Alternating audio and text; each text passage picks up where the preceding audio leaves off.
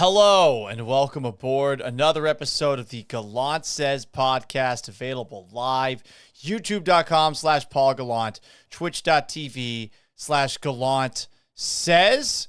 You can also check that. You can also listen to the show in podcast form, Apple Podcasts, Google Podcasts, Spotify, Stitcher, and SoundCloud. Cut me some fucking slack, okay? It's late at night. I'm giving you a post-game show online, even with the Astros losing. So if you're an Astros fan, we can all come together and re-fucking-lax. And if you're a Rangers fan, you can come in and gloat. All are welcome here. Some comments to start off. Anime Dude, calling it now. 2019 Astros can't win one game at home, referring to the World Series.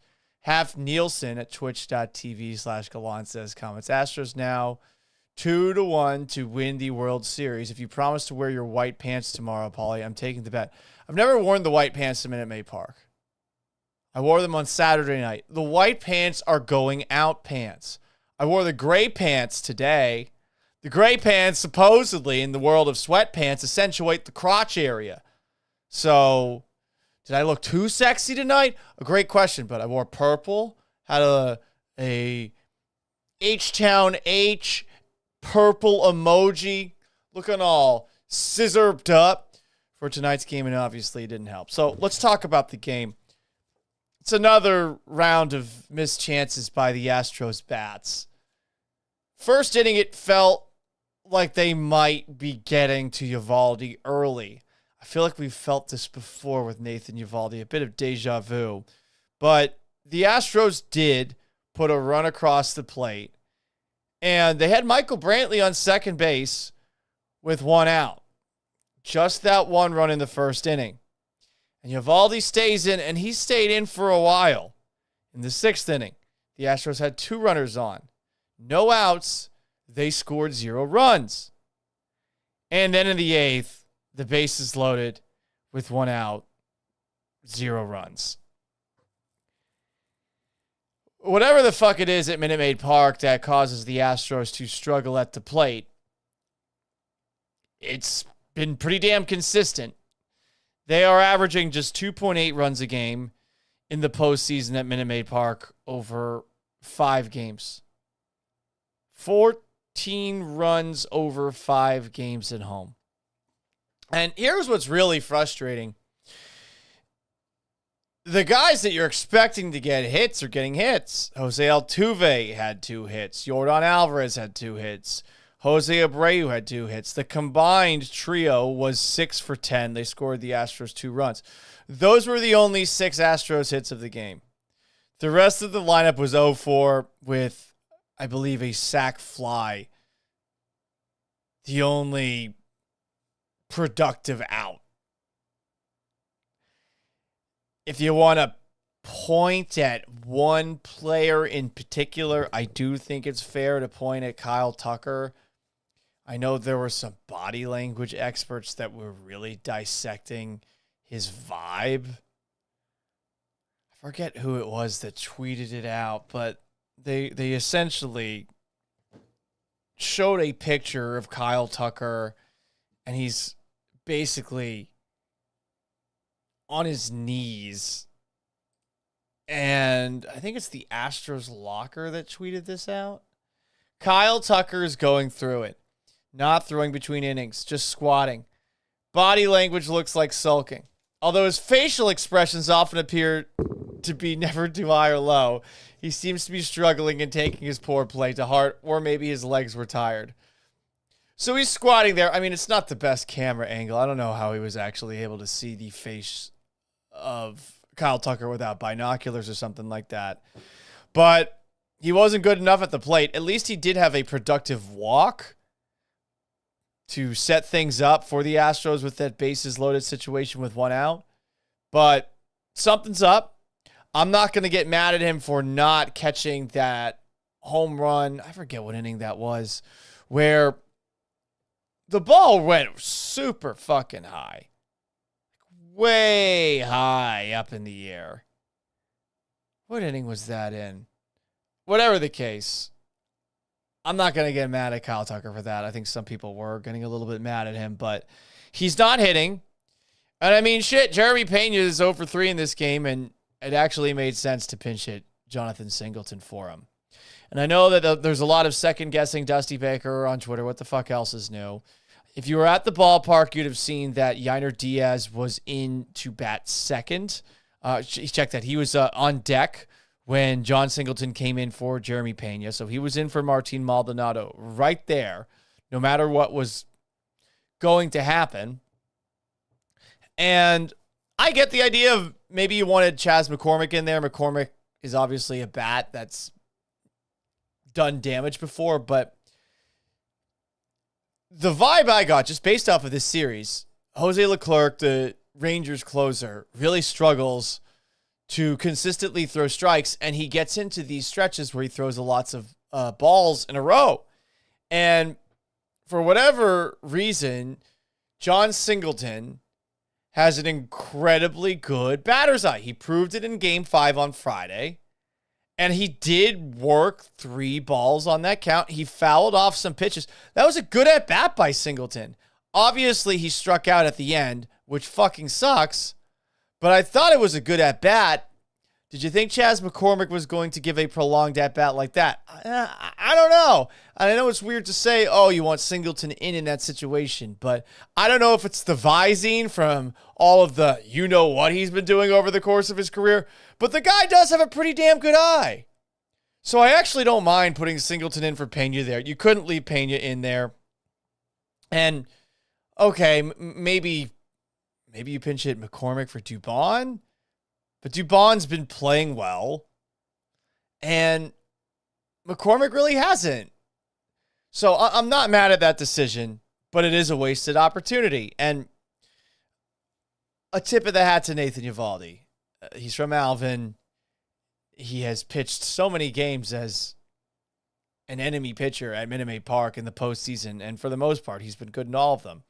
I even asked him after the game, hey, does this strain any relationships with people that you know in the area? Do any of them get a little bit pissed off about the fact that you're constantly doing well against the Astros, not just playing against the Astros? He didn't give me much of an answer. I think he said his mother keeps the other family members in line.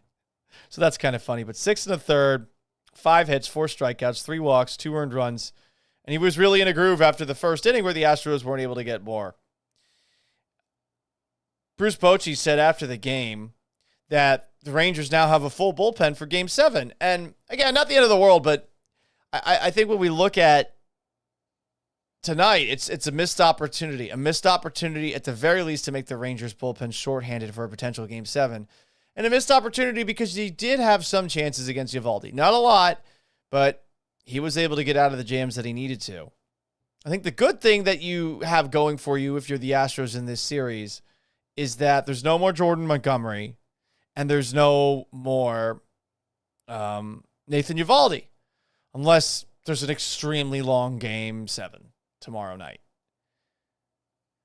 Those are the guys that have given you the most trouble. As far as the Game 7 starters, Christian Javier has been awesome this postseason. Hopefully he can be awesome at home. Those good performances against the Twins, the Rangers were on the road. And then you got Max Scherzer on the hill for Texas. I feel pretty good about the Astros' chances against Scherzer, but I do think Scherzer will be better than the last time around now that he got some of the cobwebs off from not having pitched in a month.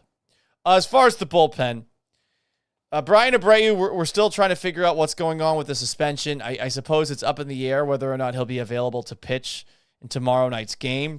Whatever the case, I mean, not really good from him. That wasn't a good performance. He did allow a run. Not good.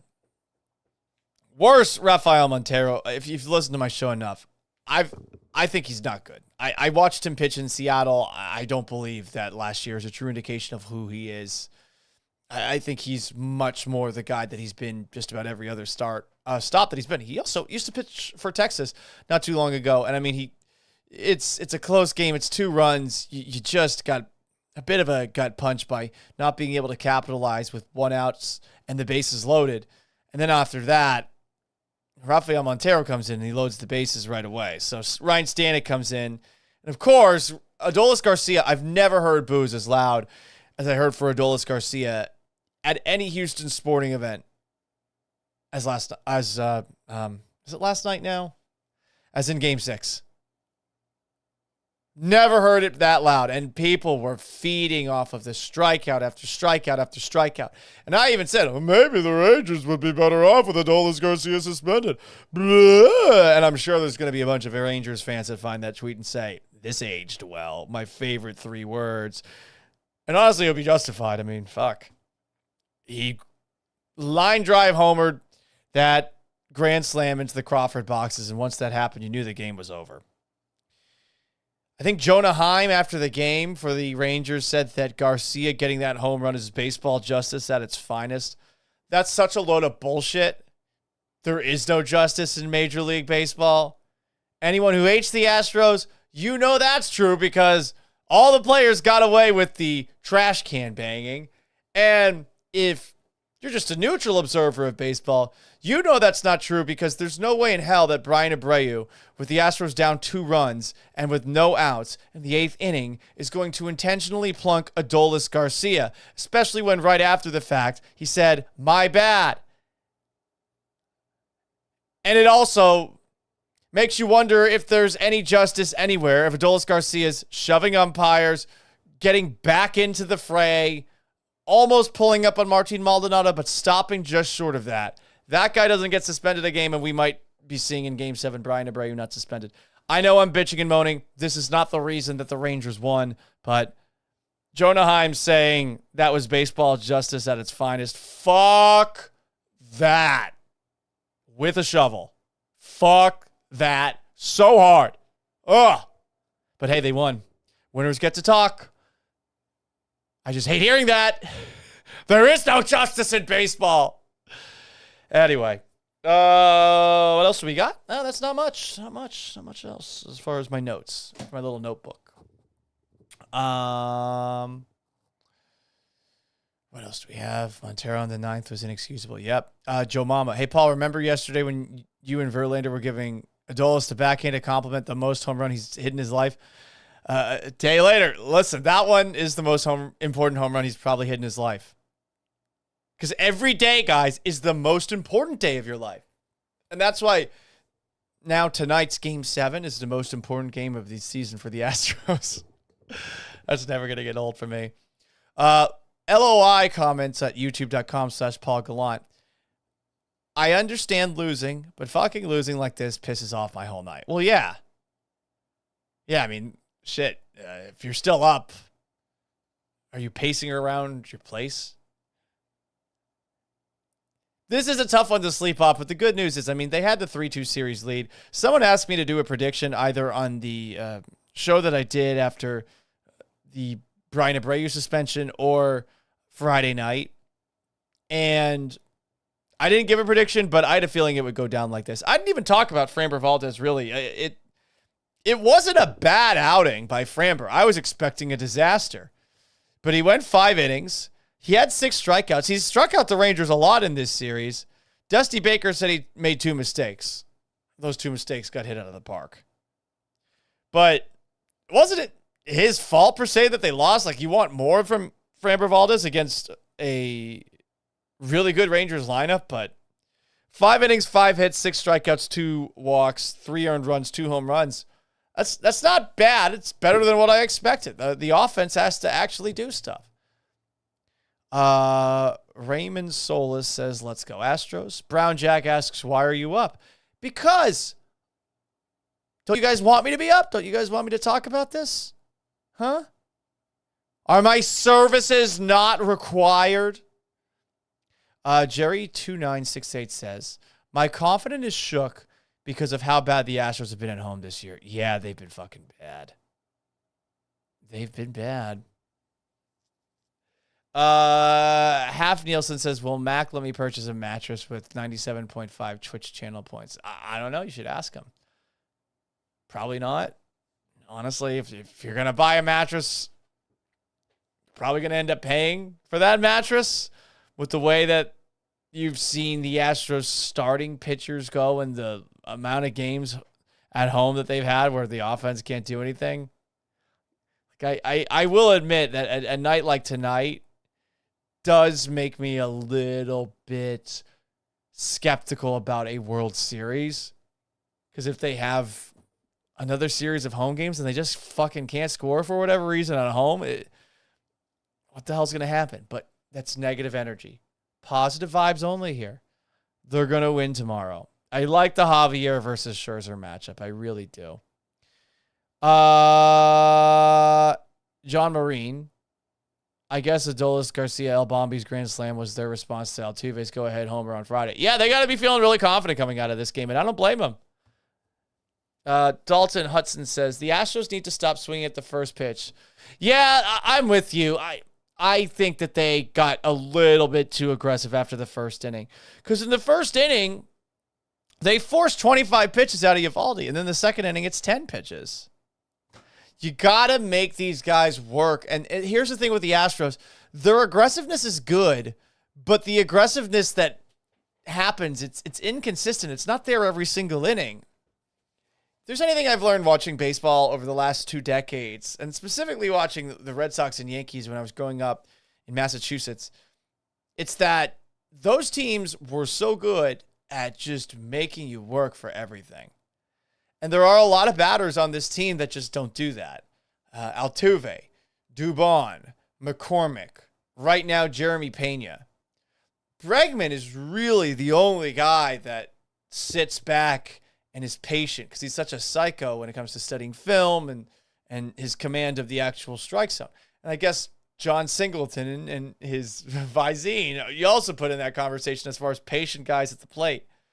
But they do go through these stretches where it's like 2-pitch at bat, 3-pitch at bat. And when the outs are happening along the way too, it sort of reminds you to make a football comparison of those Chip Kelly offenses back in the day, which obviously would make things difficult for a defense. They'd go no huddle. They'd pick up the pace. But when that offense wouldn't do anything, then all of a sudden they're putting the defense back on the field in a no-win situation. More comments. Dalton Hudson says the Astros need... Oh, wait, here. I read that comment already. Sorry. We're getting tired. XX Anime X Dude says, Javier, it's pretty simple. It's either going to go really good or really bad.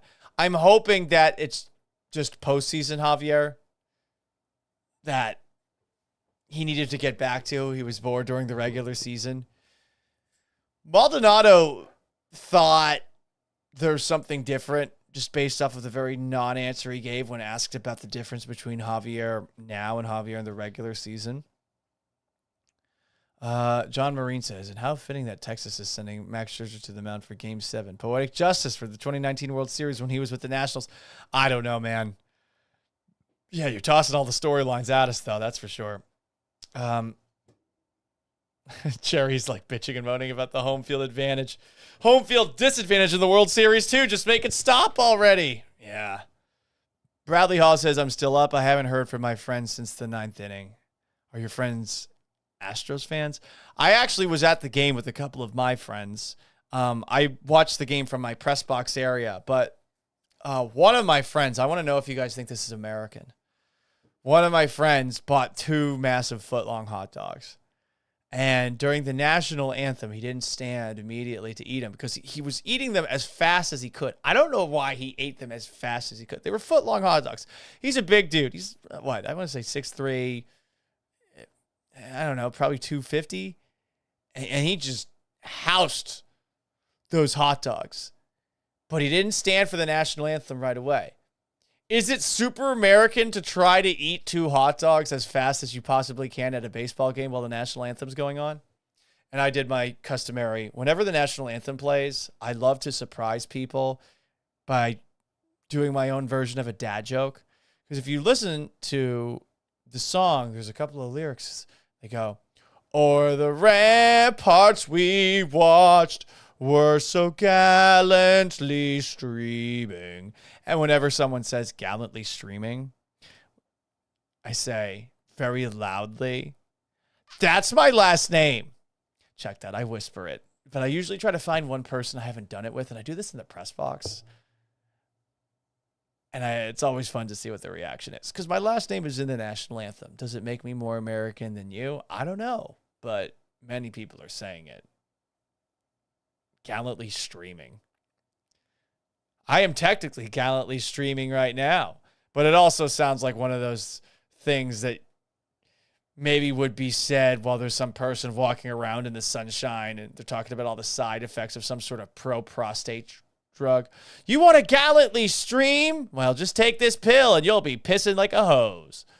More comments. YouTube.com/Paul Gallant. Alberto Solis says he's a glizzy gladiator. Is he practicing for the hot dog eating contest in New York City? No, but I think he would do bad at that. I don't think he would come in last. RC asks the question, what is the logic of bringing Singleton in with the bases loaded? I answered this earlier. There are not many patient bats on the Astros. And we saw on Friday when Singleton came in against Leclerc, whatever it is that gives him a good eye, because he's not a great hitter, he's very patient up there. I don't have a problem with Singleton coming in that spot. I know others will suggest that Chaz should have come in there. And Chaz is a better hitter. But if we've noticed Leclerc in this series, he has had a bunch of moments where he has just thrown ball after ball after ball.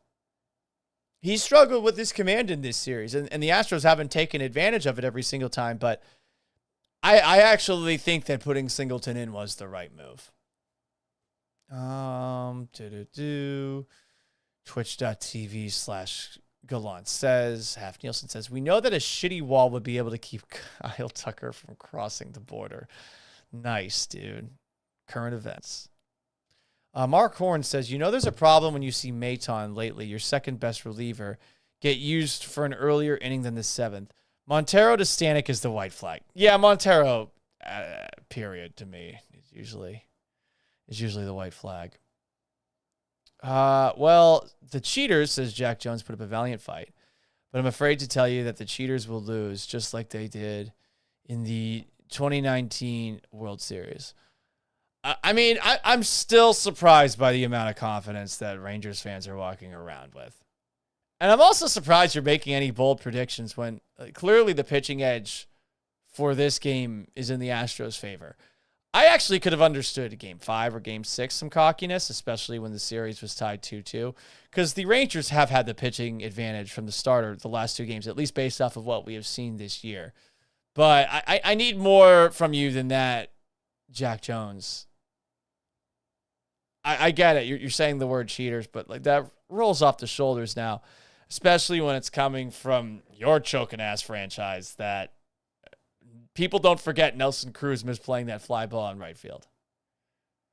But hey, you almost had it, huh? Up 3-2 in the World Series. Is that a banner? Banner worthy? Like, we still get to rub that in your face. And did I not say at the beginning of this series, just wait? Now, again, let's go into a Game 7. And the Rangers do deserve credit for tonight. I thought that there was a chance that this thing could unravel for them with the way that Altuve stole their soul in Game 6. But, there's still a Game 7 to be played, and one team has been here and done that, and the other team, it's new for them. We'll see what happens, but the Astros pitching for Game 7 is better, depending on the availability of Brian Abreu. More comments here. YouTube.com/Paul Gallant. Mark Horn asks, is there something going on in Tucker's personal life? Honestly, no idea. I'm not going to speculate about that, but he sucks right now. I don't think you can look at it any other way. Omar Ramos comments, pitching tomorrow. I have no problem with. Hopefully our offense can tee off on Max like they've been doing to him since he got there. But the bats need to show up. Yeah, it's a different Scherzer from the one in 2019. I think we can all agree on that.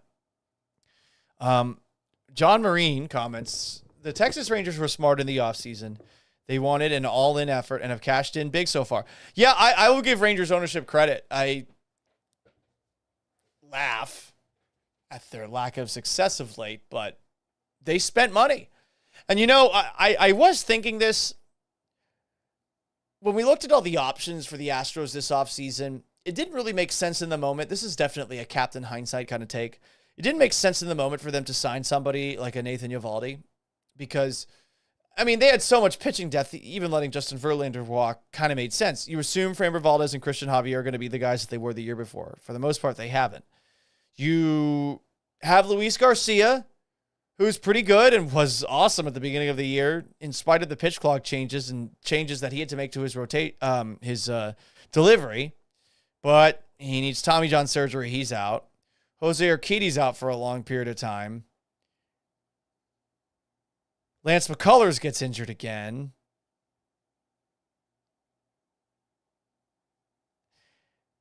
Hunter Brown struggles. You thought you had all the starting pitching depth, and there's a part of me that wonders, well, what if you signed Nathan Eovaldi, the guy who's from here? Mainly so that you just don't have to go up against him. I don't know. I think it would have been nice. Half Nielsen says that there was a guy, I guess, who tried to rob the home run that was. Oh, the guy there was a guy who tried to catch the ball that Tucker robbed. These are the things you don't see if you're not watching the game on television. Well, that's kind of fucked up. I got to say, though, like, these games I don't think have the smartest baseball fans because you're pricing out the ones who go to every single game. Bradley Hall says the Rangers equal the Marlins buying a ship. Yeah, but I think the Rangers will actually be able to keep this together. I mean, they got some young players who are coming up now, too. Josh Young, Evan Carter.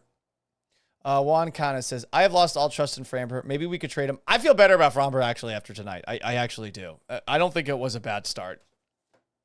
You needed more, but I don't know. In the playoffs against a Rangers team that's scoring all the runs that they've scored all season long, Framber giving up 3 earned runs in 5 innings. It's not ideal, but it's not bad. Like, that's enough. At least it should be. But this team just can't score 2.8 runs a game in 5 games in the postseason at Minute Maid Park thus far. Just 14 runs total. YouTube.com/Paul Gallant. Jerry2968. The Astros have got to Scherzer the last 2 times they have faced him, but they were both in Arlington. Yeah, I mean, that's the big thing. Like, I don't know what the fuck's up at Minute Maid Park. I really don't. I know that people talked about how the batter's eye changed a little bit. I imagine next year that the Astros will definitely make it so that the offense feels a little bit better up there. Wade Meadow says the Rangers spent money and it worked out, unlike some teams. Cough, Mets, cough, Dodgers, cough. The Dodgers at least made the playoffs and then choked. I'm not going to hate on the Mets for spending money. They spent money. A ownership group that spends money should not be dumped on or criticized. I know a lot of people will weirdly cape for other owners of smaller market teams and say, oh, well, this team's doing it the right way. Well, fuck the right way. If you have money, spend it. If you want to win and you care about making your fans happy and you're actually willing to spend money and potentially negate some of your profits, then I respect the shit out of you. More comments, youtube.com/Paul Gallant. I was surprised, says John Marine, that the Astros did so well at the Rangers, let alone sweep there. I'll admit I was surprised that they swept, because I was very tense during Game 5. Game 5 is the only game where I've really wavered in my belief that the Astros would win the World Series. But hey, they got it done.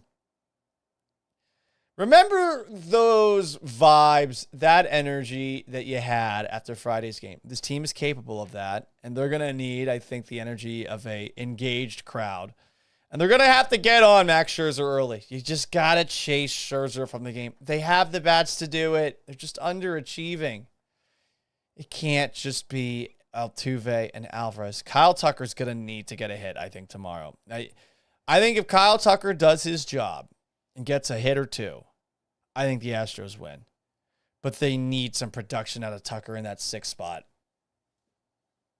Top of the order has the potential to give you enough, but when you go from the 1 through 5 to Tucker and then either Dubon or McCormick, And then after that, Jeremy Pena, and then Martin Maldonado. I mean, that's a rough stretch if Kyle Tucker can't do a damn thing.